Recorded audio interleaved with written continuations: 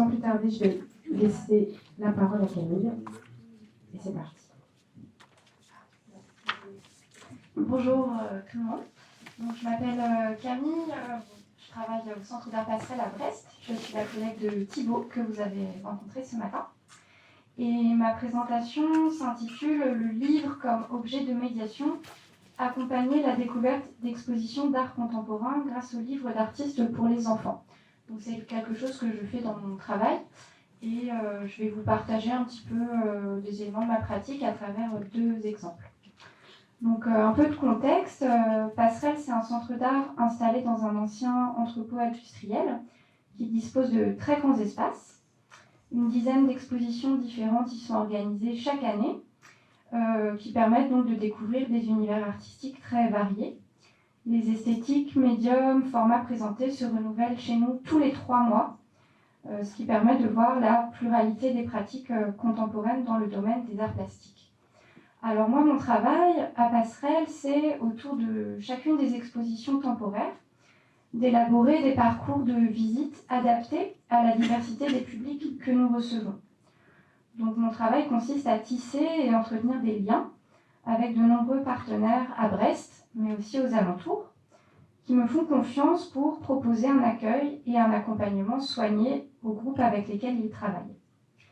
Les écoles, notamment, sont des partenaires privilégiés, et je suis donc fréquemment amenée à accueillir des enfants qui souvent, dès la maternelle, viennent à Passerelle faire quelque chose de tout à fait nouveau et de peu familier, c'est-à-dire visiter une exposition d'art contemporain.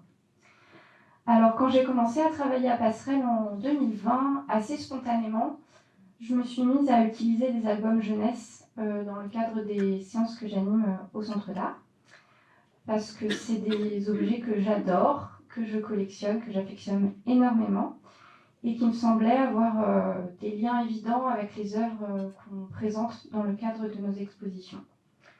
Donc en ouverture ou en conclusion d'une sortie au Centre d'art, je montre aux enfants des livres qui font écho aux univers artistiques qu'ils vont découvrir ou qu'ils viennent de rencontrer.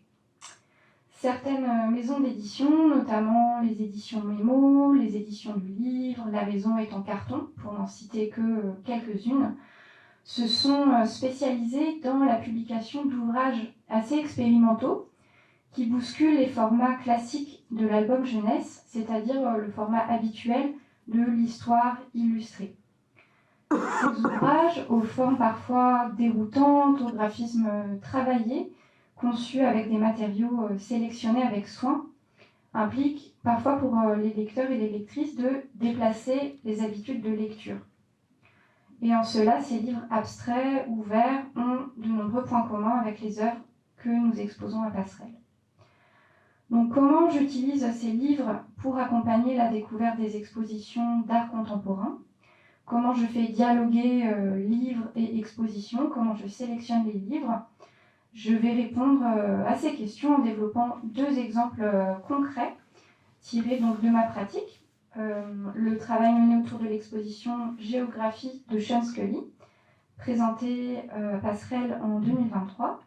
Et le deuxième exemple, ce sera le travail mené autour de l'exposition Le Festin de Caroline Mesquita. Voilà. Donc le premier featuring qu'on va présenter entre artistes et auteurs de livres jeunesse, c'est entre le peintre Sean Scully, que je vais vous présenter, et l'auteur Antonio Ladrillo.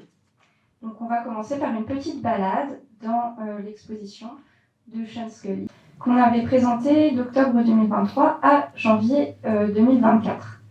Donc Sean Scully, c'est un peintre qui, depuis les années 80, a développé une pratique de peinture abstraite et réalisé d'innombrables tableaux au format imposant. C'est un artiste qui a décliné de façon répétée un motif récurrent, la rayure, la bande ou la ligne. De tableau en tableau, d'époque en époque, les larges bandes peintes par Sean Scully se répètent, se transforment, se parent de bordures de plus en plus floues et déclinent une palette de couleurs en constante évolution. Donc dans l'exposition présentée à Passerelle, les bandes de Sean Scully apparaissaient tour à tour, précises, électriques ou enchevêtrées, comme ici dans Backcloth. plus adoucie, nuancée dans Arabi.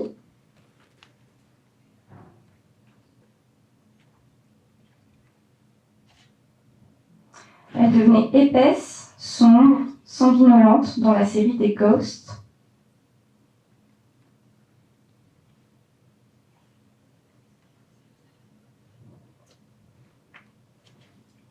On les retrouve profondes, hivernales, chargées d'embrun dans Landline.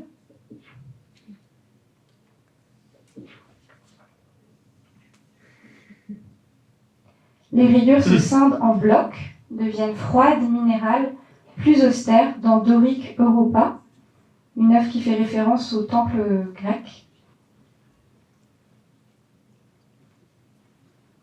Et puis dans la suite de l'exposition, on découvre des motifs plus chaleureux, plus ensoleillés, plus accueillants. Dans Barcelona Robe ou Vincent, des œuvres qui s'inscrivent dans la série des Walls of Light, ces murs de lumière qui ont fait la célébrité de l'artiste. Donc dans cette exposition, un motif récurrent, traité de très nombreuses fois par l'artiste, ouvre une infinité d'émotions, de sensations. Alors Gabriel, on peut mettre la caméra maintenant.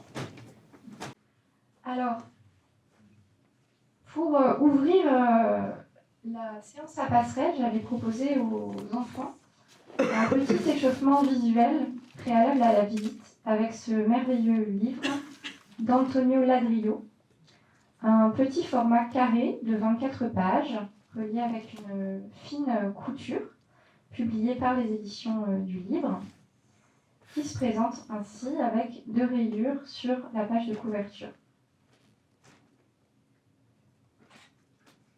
Chaque page est ainsi disposée, donc des rayures horizontales sur la page de droite ou de gauche, ça dépend de quel côté on regarde le livre, et sur l'autre page des rayures verticales.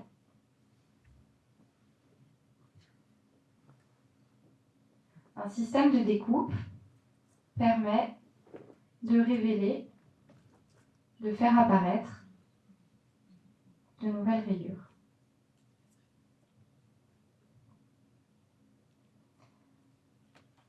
Alors, avant d'aller dans l'exposition de Sean Scully, je propose aux enfants de manipuler le livre de Ladrillo, de s'amuser à essayer de faire apparaître le plus de couleurs possible dans le cadre, ou de calmer le jeu en revenant à une gamme colorée bicolore,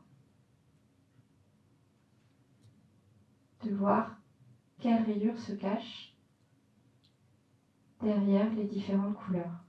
Alors, il y a plusieurs aspects de ce dialogue qui m'avaient intéressée et qui me semblaient pertinents pour accompagner les enfants dans la découverte de l'exposition de Sean Scully. Donc la première chose concerne plutôt l'échelle. Le livre de Ladrillo est assez petit, il est imprimé dans un format qui est facile à appréhender pour les plus jeunes. Le motif en question, la rayure, y est simple à repérer. A l'inverse, les œuvres de Sean Scully sont très très grandes. Doric Europa, que vous avez vu, elle fait à peu près 4 mètres sur 3. C'est des formats qui sont imposants, voire intimidants pour le jeune public, et en plus c'est difficile pour eux d'avoir une vue d'ensemble de l'œuvre. Donc la lecture préalable de Lines d'Antonio Ladrillo leur permet de se familiariser avec un motif et de le retrouver ensuite travaillé en plus grand format dans l'exposition de peinture. Le deuxième aspect que je voudrais souligner, c'est ce qui concerne plutôt l'objet. Les enfants, même très très jeunes, ont déjà un lien ou une familiarité avec l'objet livre. Dès la maternelle, les professeurs leur en montrent. C'est un objet qu'ils peuvent reconnaître et face auquel ils ont certains repères ou des attentes. Ils savent qu'en tournant les pages, il va se passer quelque chose. Donc cela n'est pas du tout le cas avec les œuvres que nous exposons à Passerelle. Leur format, leur nature, leur mode de présentation sont la plupart du temps totalement inconnus des enfants et peuvent susciter l'étrangeté. Comment, quoi regarder dans une exposition, comment y circuler, quel intérêt y trouver, tout cela n'est pas du tout naturel, fait l'objet d'un apprentissage, et l'entrée par le livre, un objet à la portée des enfants, permet donc de réduire la distance aussi avec le format exposition. Il s'agit ici de permettre aux plus jeunes de s'appuyer sur des repères connus, sur ce qui est plus familier, avant de faire de nouvelles expériences. Donc le livre, pour moi, agit ici un peu comme un trait d'union entre l'univers enfantin et l'univers de l'exposition. Et puis le troisième aspect que je veux souligner sur ce dialogue entre l'AIS et l'exposition géographie, c'est peut-être le plus important, c'est ce qui concerne la posture ou l'état dans lequel j'ai envie de mettre les enfants avant qu'ils aillent voir l'expo. Parce qu'au-delà du motif commun aux deux œuvres, ce qui m'intéresse en ouvrant la séance avec le livre de Ladrillo, c'est justement de mettre les enfants dans une condition qui va leur faciliter la plongée dans l'univers abstrait du peintre américain. En effet, Ladrillo n'invite pas les lecteurs ici à suivre une histoire. La dimension narrative est absente de l'ouvrage. L'intérêt se situe ailleurs. L'intérêt se situe plutôt dans l'observation de la transformation des formes, de formes simples, qui se diversifient et se complexifient au fil des pages. Dans Lines, la simplicité du graphisme et la régularité du motif font que chaque petit changement va devenir un grand événement pour le regard. L'enjeu ici, ce n'est pas de comprendre un propos, d'interpréter une signification, mais plutôt de se recentrer sur ses perceptions visuelles. Et puis l'absence de récit ne rend pas du tout la proposition moins intéressante pour les enfants, elle appelle juste à déplacer le regard, déplacer l'attente, et ils comprennent très très vite le principe visuel et s'en amusent énormément. Donc finalement, Ladrillo, il rend vivante, perceptible dès le plus jeune âge, l'idée qu'on peut trouver de l'intérêt, du plaisir visuel dans une œuvre, même si on n'y trouve pas forcément de sens, de signification ou de propos très rationnels. Ici, apprécier un changement surprenant de couleur, s'amuser des jeux infinis offerts par la déclinaison d'un motif, observer toutes les possibilités offertes par une même forme, c'est tout à fait ce qu'ils vont être amenés à faire dans la suite de la séance face aux œuvres de Sean Scully. Voilà. Donc, des lignes d'Antonio Ladrillo aux bandes de Sean Scully, le motif, c'est le sujet principal de l'œuvre, c'est ce qui est au cœur du propos. Et donc si ce principe-là peut être parfois un peu difficile à expliquer à un enfant qui découvre une œuvre abstraite pour la première fois, en fait il est mis en œuvre de façon évidente, immédiate et très efficace par Antonio Ladrillo. Donc le premier exemple que je vous ai détaillé, il montre comment je suis ici partie d'un livre pour introduire une exposition. Et le deuxième exemple que je vais vous proposer, il va s'intéresser plutôt à un mouvement inverse, où je suis partie d'une exposition pour aller après vers l'objet livre. Donc attention, le deuxième dialogue, c'est entre Caroline Mesquita et les artistes Anne Bruni, Philippe Huget et MacLeod Zignus. Donc pareil, petit tour dans l'exposition de Caroline Mesquita. Donc c'est une exposition qui s'intitulait Le Festin, qu'on avait présentée en 2020 à Passerelle, qui était composée de 2 parties. Une première qui se déployait dans plusieurs espaces du centre d'art. Donc au rez-de-chaussée dans le patio, une sculpture monumentale nous accueillait, qui évoquait un restaurant bâti selon une architecture traditionnelle bretonne en ardoise. Je vous ai pas mis la photo, mais voilà. Et à l'étage, dans une autre salle, le public était invité à découvrir le menu de ce restaurant. Une diversité de plats monumentaux sculptés en métal. Donc ces plats étaient disposés sur des socles grand format qui évoquaient des assiettes. Et ils semblaient gigantesques ici, comme si on découvrait le festin d'un géant. Donc le menu proposé par Caroline Mesquita faisait écho à la gastronomie locale. Bienvenue en Bretagne, hein, des crevettes, des bigorneaux, du beurre, et puis des sardines. Et nous informait aussi des goûts personnels de l'artiste, donc grande amatrice de fromage. Il y en avait pas moins de 3 fromages différents ici sur l'ensemble du menu. Oui, je peux vous montrer un peu plus les œuvres quand même. Voilà la plaquette de beurre.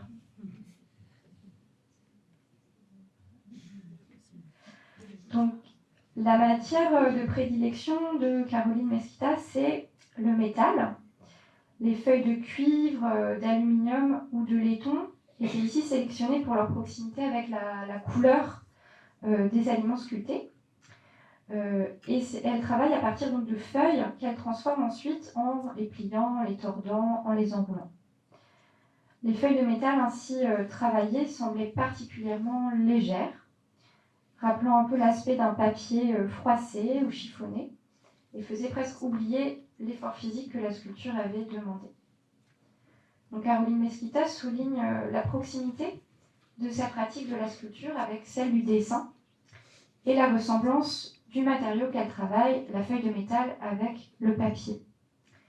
Travailler ces feuilles de métal, pour elle, ça évoque un peu la mise en forme dans l'espace de lignes tracées sur le papier.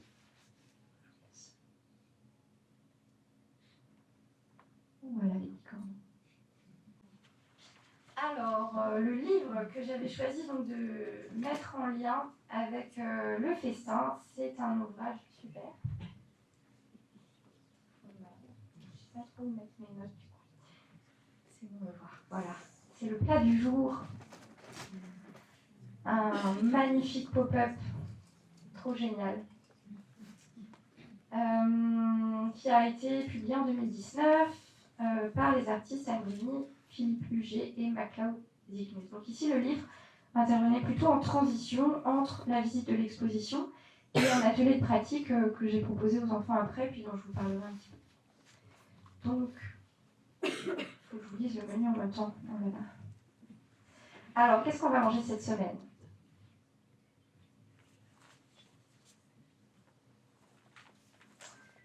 Nous allons découvrir 7 plats.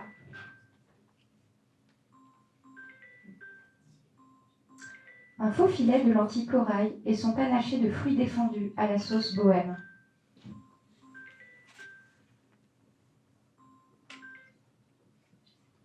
Des tagliatelles arc-en-ciel aux fèves de Mardi Gras et leurs éclats de feux d'artifice.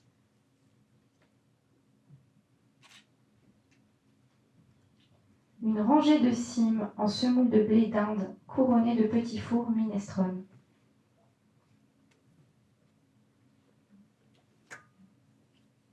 Une soupe d'eau claire.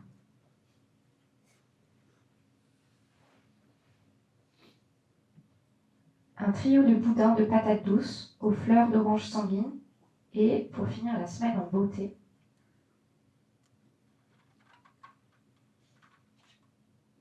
la fameuse pièce montée continent à la fumée de myrtille.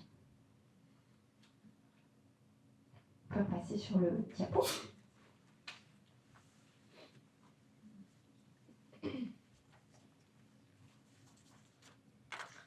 Donc, après la découverte des plats monumentaux de Caroline Mesquita, la lecture de plats du jour invite les enfants à changer d'échelle tout en restant dans un univers onirique et fantasmé où la question du plaisir, celui des yeux, du goût, des couleurs, de la beauté, est évidente.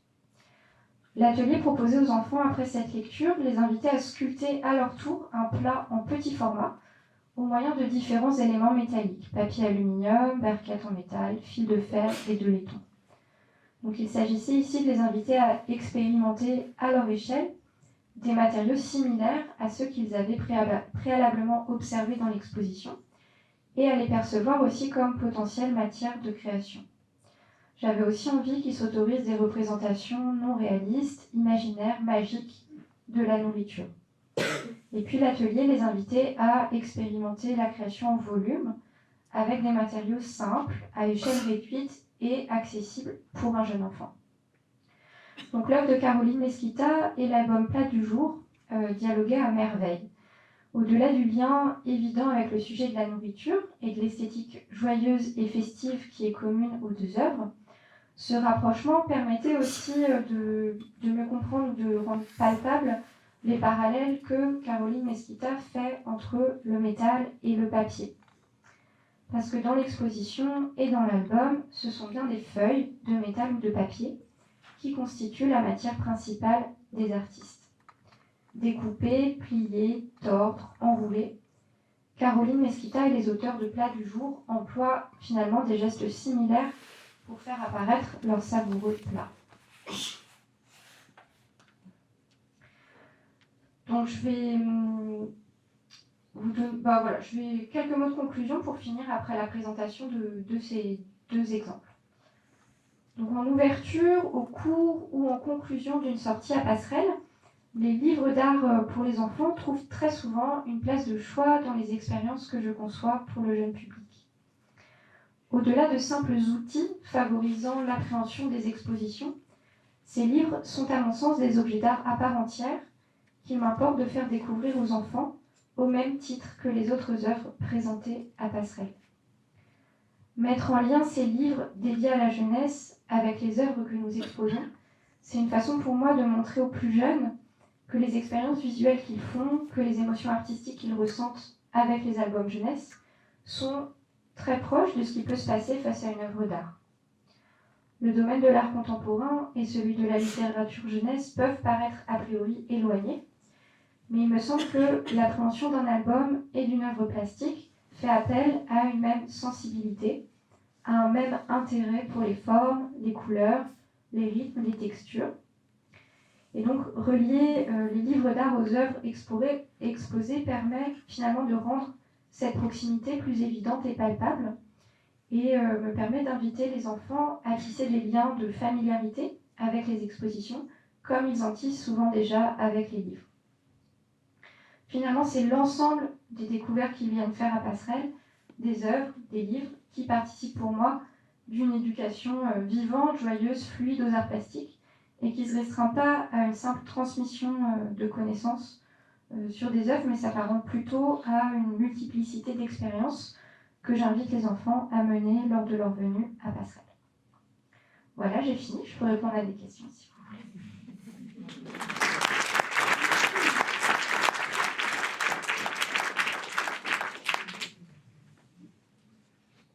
J'ai 2 questions. La première, c'est est-ce que ça serait possible de répéter les noms des maisons d'édition parce que je ne crois pas que j'ai les et la deuxième question, c'était à quel... Ah, Deuxième question, sonorisée. À quel niveau d'âge, du coup, est-ce que ça fonctionne avec tous les âges et notamment, je me posais la question avec justement cette exposition-là, pour les plus petits, le métal, est-ce que ça marchait ou est-ce qu'il y avait une adaptation pour peut-être des maternelles ou, Oui, du coup, je réponds pour les maisons d'édition. Donc, j'ai parlé des éditions du livre, trop génial. Il y a les éditions Mémo, les grandes personnes aussi qui font des formats vraiment originaux. Et, pardon, la maison est en carton. Oh là là, je me mélange. Et les grandes personnes aussi, très chouette maison d'édition. Voilà. Pour l'adaptation, oui, il faut adapter tout le temps. C'est jamais pareil. Là, vraiment, ce que je vous ai présenté avec Lines, vous voyez, c'est avec des tout petits. Hein, c'était à partir vraiment de la petite section maternelle. C'est un livre qui marchait hyper bien avec cet âge-là. Et après, je fais un peu... Enfin, j'essaye, quoi. Des fois, ça marche pas. Faut pas refaire ou changer. Et le métal, oui, ça avait hyper bien marché de faire le lien entre les sculptures très imposantes qu'ils avaient vues et puis des éléments plus quotidiens qu'ils peuvent trouver autour d'eux dans la cuisine ou quoi. Ça marchait bien aussi. Donc voilà, je sais pas si je réponds bien du coup. Bonjour, merci pour votre intervention. Je me demandais, est-ce qu'à chaque exposition, un livre est créé, que ce soit un catalogue d'exposition, peut-être plus logiquement en effet c'est plus courant, mais est-ce qu'à chaque fois il y a un support du coup, qui est proposé pour un jeune public? Et sinon, à quel moment est-ce qu'on décide justement de créer ce support qui nécessiterait plus de moyens comme un livre? Alors les livres que j'ai proposés, ils n'ont pas été créés pour les expositions. C'est des livres qui sont publiés et que moi j'ai mis en lien parce que je trouvais que ça avait du sens comme ce que j'ai expliqué. Mais c'est pas des publications de passerelle. Enfin, voilà. Sinon, ça nous arrive de publier des catalogues, mais c'est pas systématique. Sur la dizaine d'expositions qu'on fait, on ne peut pas en faire à chaque fois. Et sinon, les documents d'accompagnement des expositions, nous, c'est plutôt des flyers ou des dépliants. Mais c'est séparé des actions que je peux proposer plutôt destinées aux enfants, quoi. Est-ce qu'il y a des collaborations qui peuvent se faire justement dans l'idée de... Bah oui, ça peut. Alors nous, notre contrainte au centre d'art, c'est qu'on a un rythme soutenu, on change tous les 3 mois. Donc on serait incapable de faire une production, un support à chaque exposition, ce serait vraiment complexe. On essaie plutôt d'inscrire les choses dans la durée. Les supports qu'a montré Thibaut d'atelier à emporter, par exemple, c'est des choses qu'on va beaucoup travailler, graphiquement aussi, pour justement que ce soit des éléments plus pérennes qu'on puisse utiliser au long cours, quoi. Voilà. Et du coup, sur la partie vraiment des expositions temporaires, donc qui tournent à raison de tous les 3 mois, moi justement, les propositions de visite ou d'atelier que je conçois, celles-là, elles changent à chaque fois, quoi. Et du coup, ça, j'ai pas le temps forcément de concevoir des supports adaptés en invitant des graphistes. Enfin, ce serait super, mais ce serait trop rapide comme élection. Moi, j'avais une question par rapport au fait. Les classes que vous accueillez sont des classes en entier. Et surtout, par exemple, pour l'édition de l'embryo, ça ne cause pas un peu de frustration vu que... On fait des groupes. Je peux rentrer vraiment dans le détail de l'organisation d'une séance si vous voulez, mais non, effectivement, je ne montre pas le petit livre à une classe entière. Du coup, il y a on propose d'autres activités et puis on tourne, quoi, pour pouvoir effectivement voir en petit comité. Merci beaucoup. Merci à toi.